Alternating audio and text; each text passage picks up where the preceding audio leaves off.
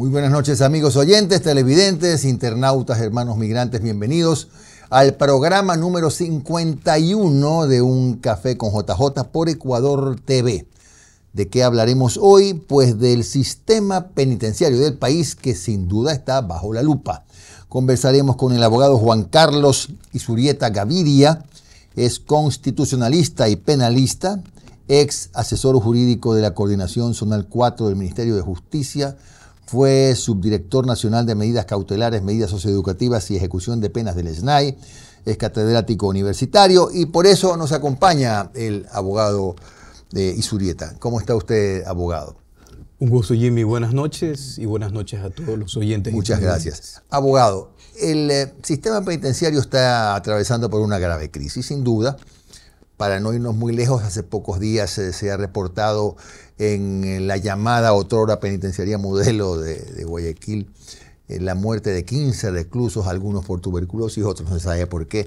En términos generales, ¿es solamente la sobrepoblación la que causa tantos problemas en los centros carcelarios?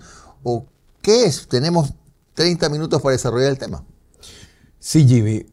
En primer lugar, tenemos que tomar en consideración qué importancia tiene para una sociedad, para un país, un sistema penitenciario. Se dice también en la dogmática que un sistema penitenciario es el reflejo de un país y un reflejo de la sociedad. En este contexto tenemos muchos problemas en el sistema que son justamente el reflejo de lo que está pasando afuera en las calles. Entonces, debemos de reconocer que este problema no es un problema solamente sustantivo, sino es un problema que afecta a la estructura principal del ordenamiento jurídico del Estado. Ahora, lo afecta, entre otras cosas, ¿por qué?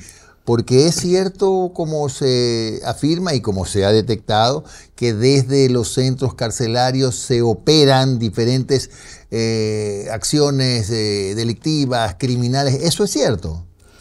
Bueno, ya se ha tenido mucha información. Creo que es un secreto a voces lo que está pasando. Creemos que el control no solamente tiene que tratarse desde el punto de vista de las fuerzas de seguridad, sino el control se hace a través de la propia rehabilitación social. Es decir, en muchos países los modelos establecen que políticas, por ejemplo, el cero ocio, el tener a las personas privadas de libertad con ocupaciones y con motivaciones permite ejercer un control mucho más efectivo que complemente al control que realiza la Policía Nacional, las Fuerzas Armadas y el personal penitenciario. En este país, abogado, no hay esa parte que debe ponerla el Estado en el sistema penitenciario, que es, por ejemplo, trabajar en planes de rehabilitación para que los privados de libertad no desperdicien sus tiempos sin hacer nada o dedicados a otras cosas poco santas, ¿no?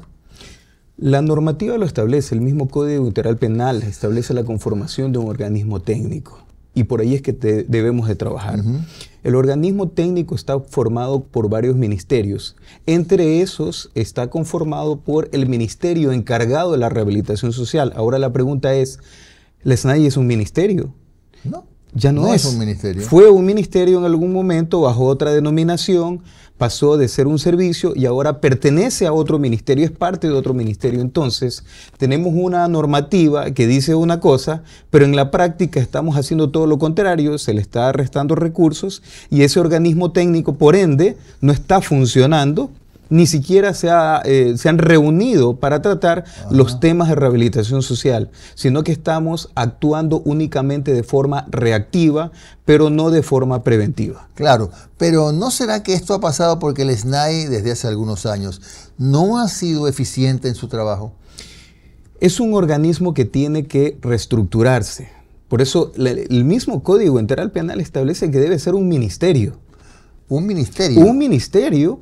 En este organismo técnico lo conforman varios ministerios, el ministerio encargado de salud, el ministerio de educación, el ministerio encargado de la parte social, el MIES, también un ministerio encargado de la política criminal que no existe, y el ministerio encargado de la rehabilitación social, entre otros. Estos ministerios conforman el organismo técnico y desde ahí se deben de tomar las políticas públicas destinadas a los procesos de rehabilitación social y de control también de los centros de rehabilitación social. Aunque no es lo de fondo, ¿cómo se debería llamar este ministerio?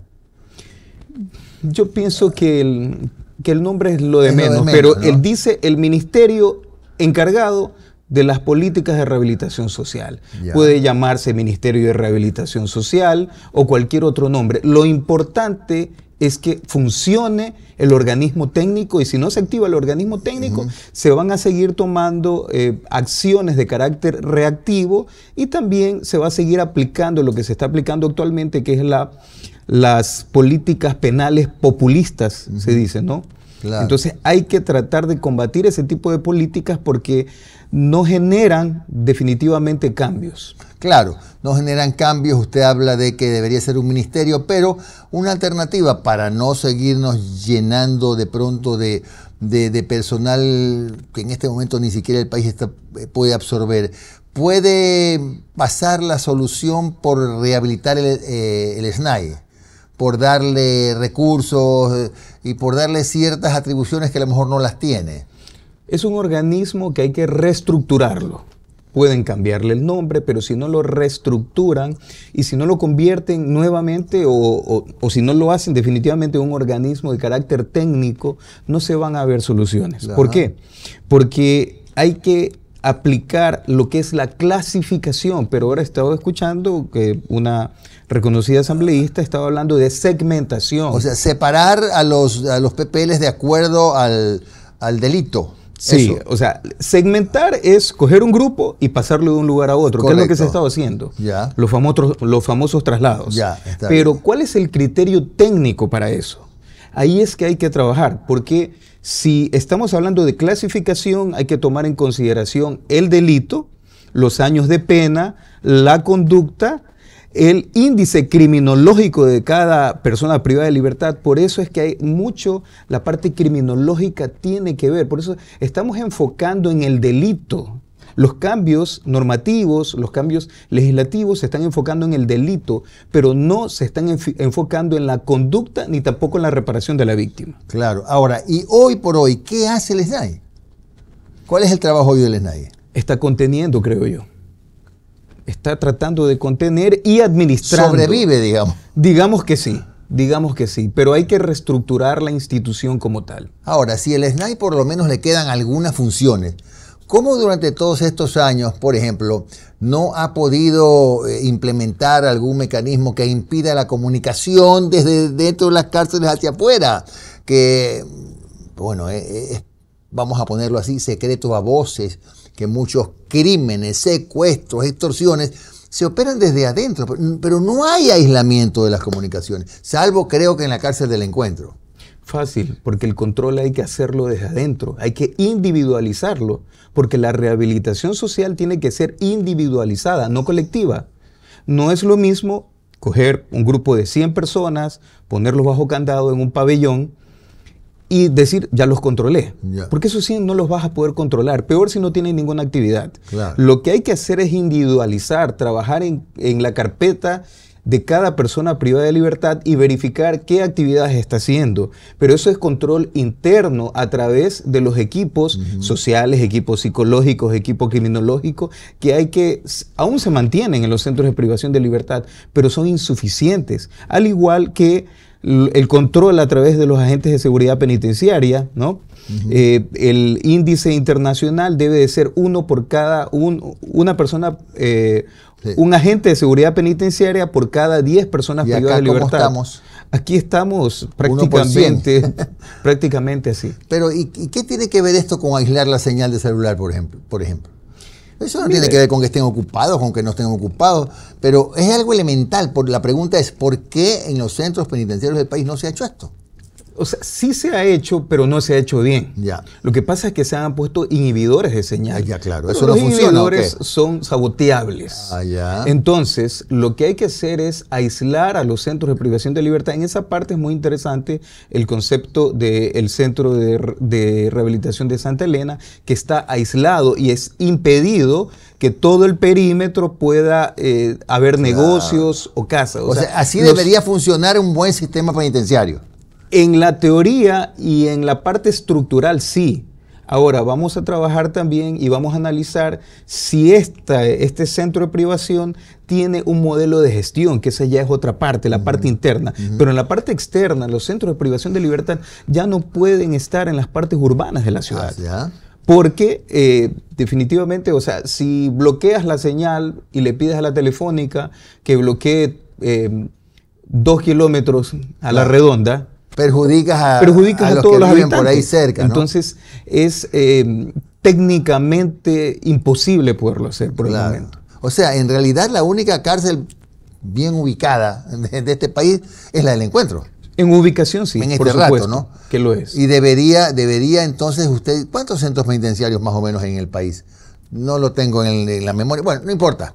Pero todos estos centros deberían ser reubicados, dice usted. Por supuesto que sí, porque las ciudades van creciendo y muchos centros están o estaban en partes rurales, pero actualmente ya eso ya se convirtió ya la ciudad llegó y rebasó los ya rebasó centros eso. penitenciarios. Entonces sí hay que reubicar la mayoría de los centros de privación de libertad. Tenemos un minutito más o menos para resumir. ¿Usted cree que los guardias penitenciarios están preparados realmente para poder ejercer ese control dentro de los pabellones, dentro de los centros penitenciarios? Yo creo que más allá de la preparación, es la exposición que tienen los agentes de seguridad penitenciaria. Ya. Imagínense que uno tiene que controlar 50 personas.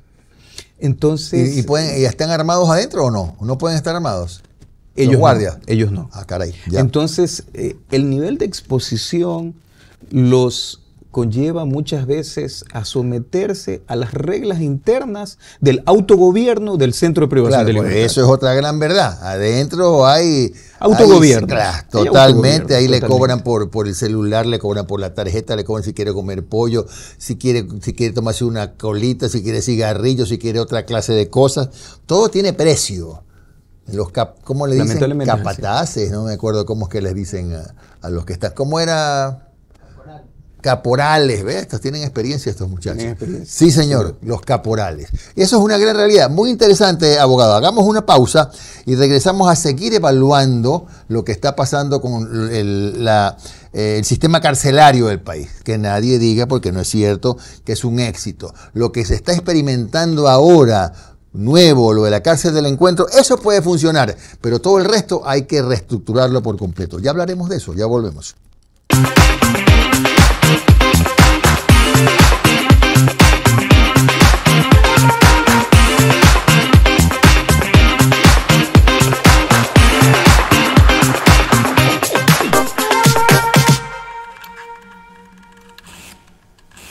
Bien, volvemos con nuestro invitado que es el abogado Juan Carlos Izurieta. Con él estamos analizando el sistema penitenciario del país que está bajo la lupa. Es constitucionalista, penalista, manabita, ex asesor jurídico de la Coordinación Zonal 4 del Ministerio de Justicia, ex subdirector nacional de medidas cautelares, medidas socioeducativas, ejecución de penas del SNAI, también es catedrático universitario.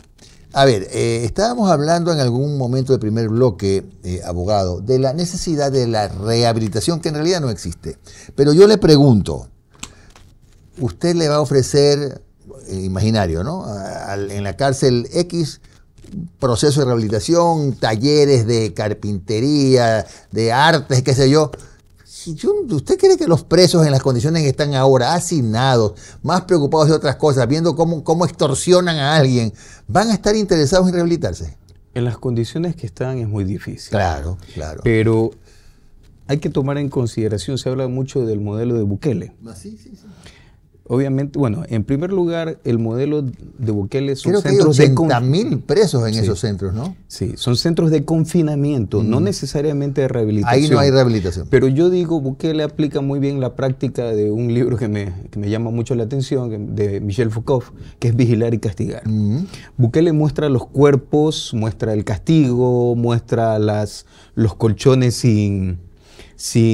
las camas sin colchones, con las luces prendidas las 24 horas del día. Muestra eso, pero él no muestra la otra parte.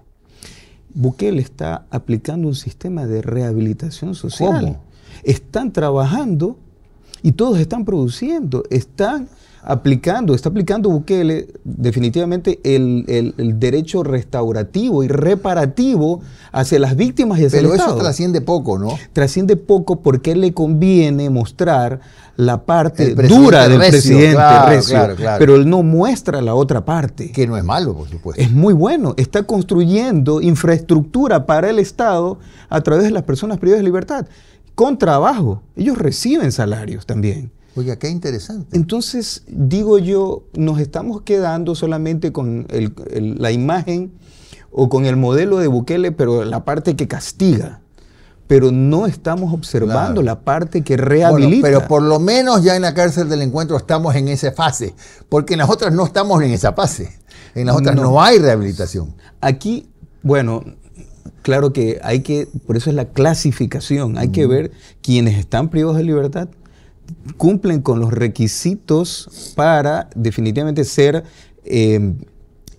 en una fase. ¿En qué fase de rehabilitación? Claro, no, porque la rehabilitación lo que quise decir es que en la cárcel del encuentro por lo menos estamos viendo la parte dura. Ahora falta la rehabilitación. La rehabilitación. Claro. El modelo de gestión, que es lo que tiene que tener esta institución. Claro. Hay un modelo de gestión que actualmente no se está aplicando, pero si se aplica el organismo técnico y si se aplica el modelo de gestión, las cosas pueden funcionar. El problema es que también pensar en rehabilitación, que yo estoy de acuerdo por si acaso, 100% de acuerdo, como también creo que hay determinado tipo de delincuentes que no tienen remedio, pero en general, creo que sí, pero ¿cómo con el hacinamiento que hay en las cárceles?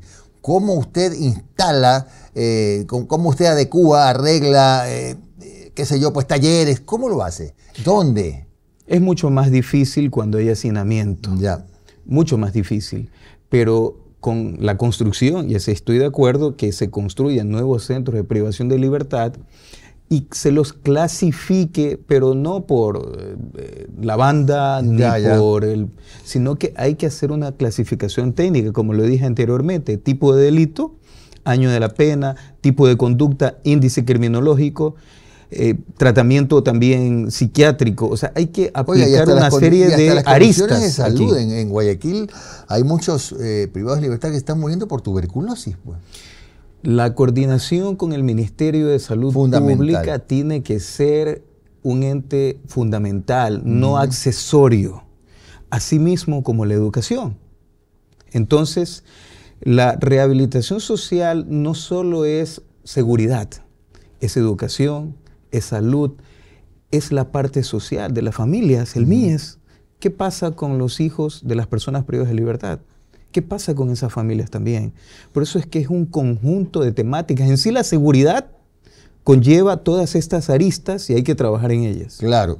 Abogado, el ministro Reinberg dijo hace poco que La Roca, que está siendo pues adecuada, será una cárcel para mujeres y contará con tecnología para bloquear comunicaciones. ¿Qué le parece? Bueno, en primer lugar, pues la normativa internacional establece claramente que tiene que estar separados los hombres. Entonces, eso está bien. De las mujeres. Por ese lado está muy bien. Ahora, se puede asegurar que se va a inhibir la señal en estos centros de privación de libertad que están rodeados por ciudadanos, por casas, por negocios. Ese es el problema. ¿Cuándo se ha podido mantener la inhibición de La Roca? ¿Por cuánto tiempo se va a poder hacer? ¿Y qué pasa con los otros centros? Recordemos que Guayaquil tiene 5 centros de privación de libertad: Guayas 1, Guayas 2, Guayas 3, Guayas 4 y Guayas 5. Oiga, pero aquí hay otro dato que no sé si un poco apunta a lo que usted decía respecto del hacinamiento y la reubicación de las cárceles.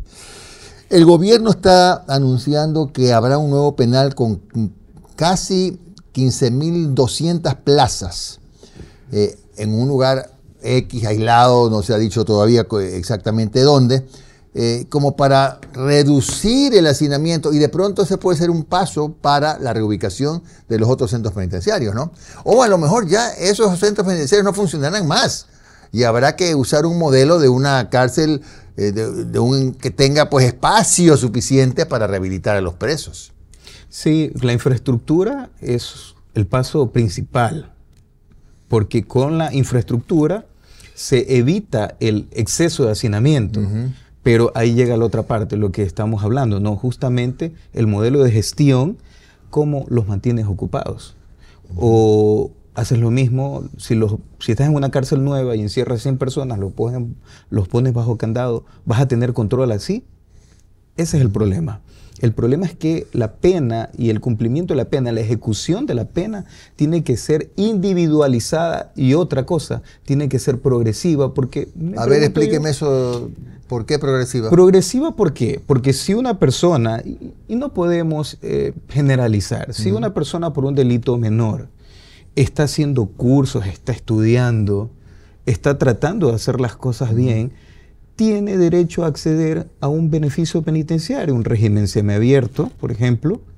Entonces, ¿pero qué pasa? Estamos hablando mucho ahora sobre la pena, pero no sobre la conducta del individuo.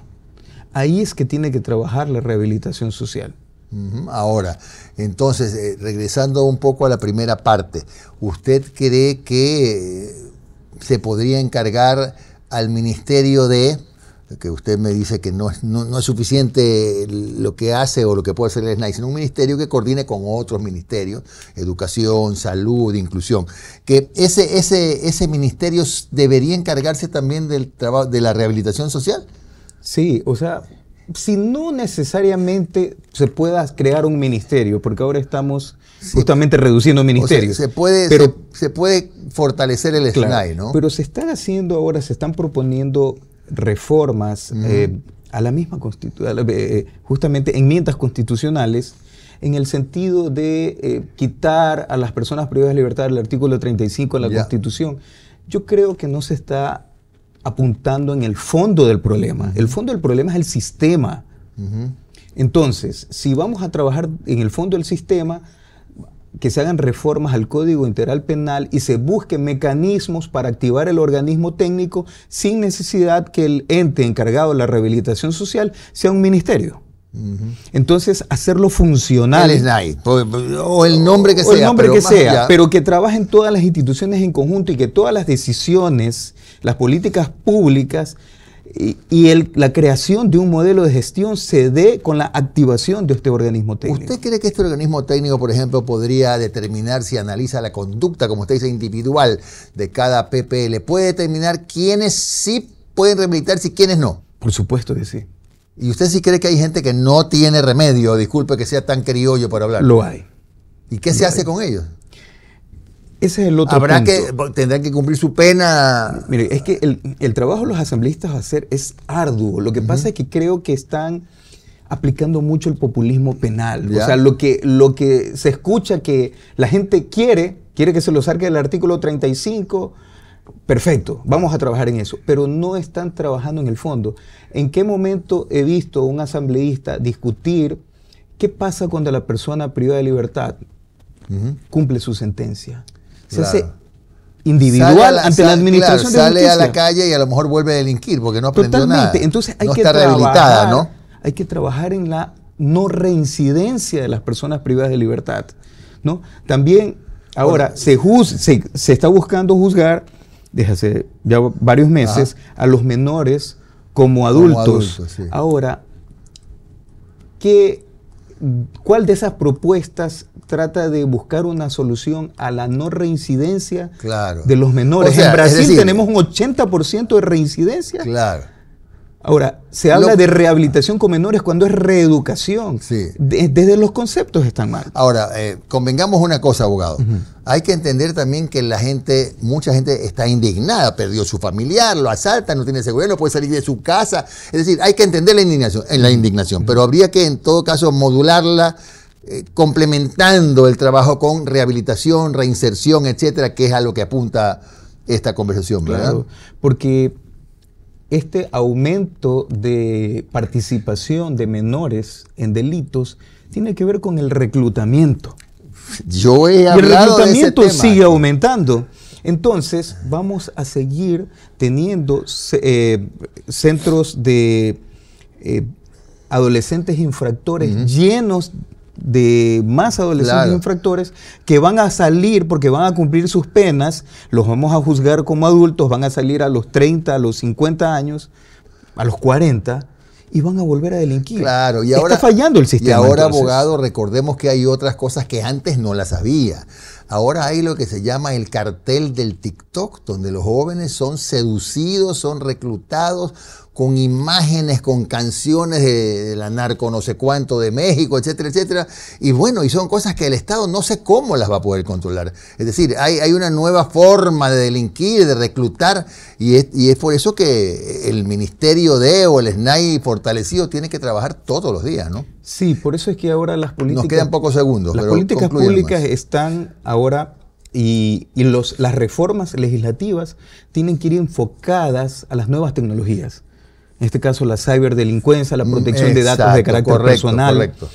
Y con eso, por eso los asambleístas tienen que tomar en consideración que los tiempos han cambiado y no solo aplicar lo que populistamente conviene, sino lo que definitivamente puede generar un cambio estructural y verdaderas políticas públicas a través de los ministerios. Muchas gracias, abogado Juan Carlos Izurieta Gaviria. Hemos hecho un análisis muy profundo del tema bueno, que faltarían 3 programas más, pero lo suficientemente importante del sistema penitenciario. Mañana vamos a tratar esto del reclutamiento en redes con el antropólogo Gabriel Brito. Hasta mañana a las 10 de la noche.